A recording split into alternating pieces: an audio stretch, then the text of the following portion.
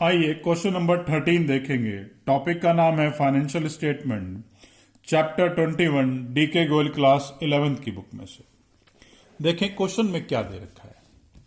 Question में हमसे बोला है calculate the operating profit from the following. Operating profit को कैलकुलेट करो। क्या क्या दे रखा है? नेट प्रॉफिट दे रखा है, डिविडेंड रिसीव्ड दे रखा है, loss on sale of furniture दे रखा है, लॉस बाय फायर दे रखा है, सैलरीज दे रखी हैं, interest on loan from bank दे रखा है, रेंट रिसीव्ड दे दिया है और डोनेशन दे दी है। सबसे पहले हमें यह क्लासिफाई कर लेना जरूरी है कि कौन सा खर्चा ऑपरेटिंग है, कौन सा खर्चा नॉन ऑपरेटिंग है और कौन सी इनकम हमारी नॉन ऑपरेटिंग है। डिविडेंड रिसीव बिजनेस से कोई लेना देना नहीं है, non operating income. Loss on sale of furniture, non operating expense. Loss by fire, non operating expense. Salary, operating expense. Interest on loan from bank, non operating expense. Rent received, non operating income.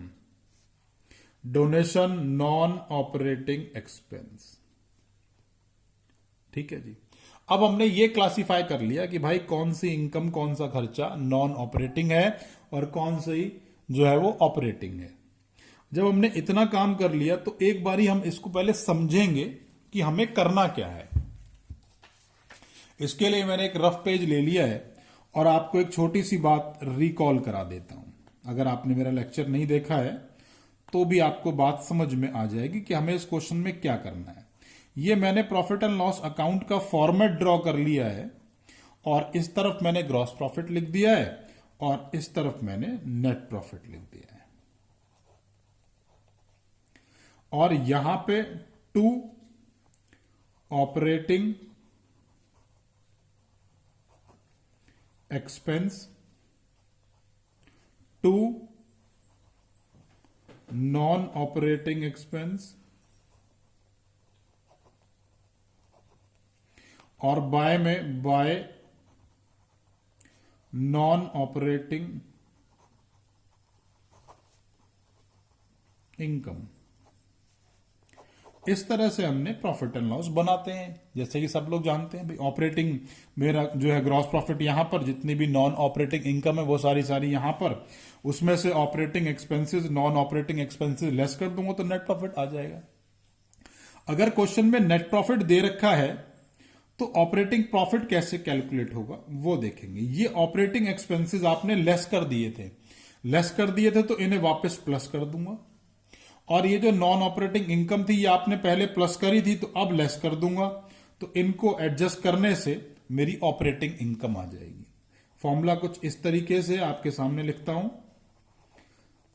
Operating profit plus non operating expense minus non operating income. इनको plus minus करेंगे तो भैया resultant क्या हो जाएगा? Resultant हो जाएगा operating income. तो चलिए स्टार्ट करते हैं। फिर सबसे पहले तो हमने लिख दिया नेट प्रॉफिट।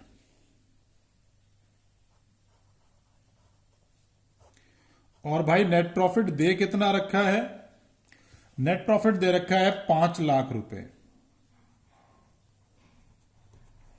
इस नेट प्रॉफिट में क्या क्या ऐड कर लेना है? नेट प्रॉफिट में ऐड कर लेना है नॉन ऑपरेटिंग एक्सपेंस। और क्या क्या लेस करना है भाई? लेस करना है हमें नॉन ऑपरेटिंग इनकम। तो चलिए सबसे पहले नॉन जो है एक एक करके पढ़ता चलता हूं। सबसे पहले लिखा है डिविडेंड रिसीव्ड। सबसे पहले नेट प्रॉफिट लिखा था वो हमने लिख लिया, उसके बाद है डिविडेंड रिसीव्ड। और डिविडेंड रिसीव्ड क्या है मेरा? नॉन ऑपरेटिंग इनकम है, तो इस हेड में लिख दिया मैंने डिविडेंड रिसीव्ड। डिविडेंड रिसीव्ड है मेरा 6,000 रुपए। उसके बाद loss on sale of furniture,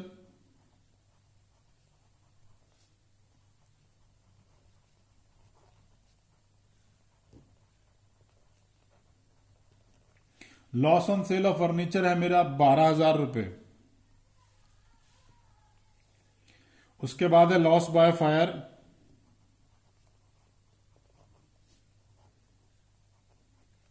loss by fire की वैल्यू है मेरी 50,000 रुपए।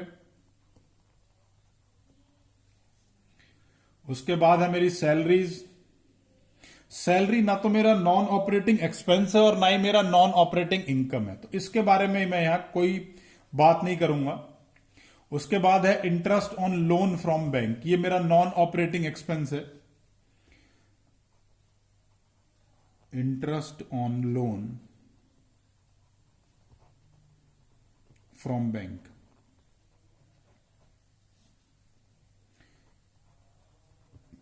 $10,000। उसके बाद है रेंट रिसीव्ड,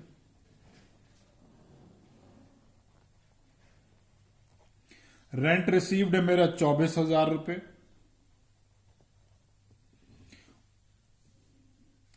उसके बाद है डोनेशन, डोनेशन भी मेरी नॉन ऑपरेटिंग एक्सपेंस है।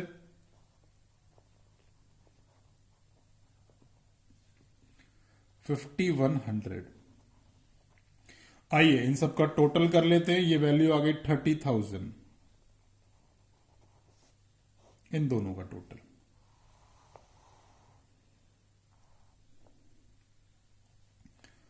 $72,77,100।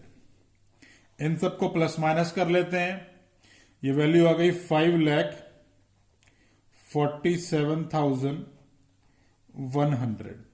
इनको प्लस माइनस करने के बाद जो निकल के आया वो आ गया मेरा ऑपरेटिंग प्रॉफिट। और ऑपरेटिंग प्रॉफिट मैंने कैसे निकाला, नेट प्रॉफिट में मैंने नॉन ऑपरेटिंग एक्सपेंसेस प्लस कर दिए और भाई ऑपरेटिंग इनकम, वो नॉन ऑपरेटिंग इनकम मैंने माइनस कर दी, तो रिजल्टेंट मेरा क्या आ गया, ऑपरेटिंग प्रॉफिट आ गया। फाइनली आप सबने भी क्वेश्चन इसी तरीके से करके प्रेजेंट करना है। क्वेश्चन में आपको कोई भी डाउट आ रहा है तो नीचे कमेंट बॉक्स में कमेंट कर सकते हैं। वीडियो अच्छी लगे तो लाइक बटन जरूर प्रेस किया कीजिए, और अगर इस टॉपिक के ऊपर अभी तक मेरा वीडियो लेक्चर नहीं देखा है तो प्लीज उससे देखिए। जैसे ही आप उस वीडियो लेक्चर को देखेंगे ये पूरा का पूरा टॉपिक, पूरा का पूरा चैप्टर आपको हमेशा के लिए क्लियर हो जाएगा।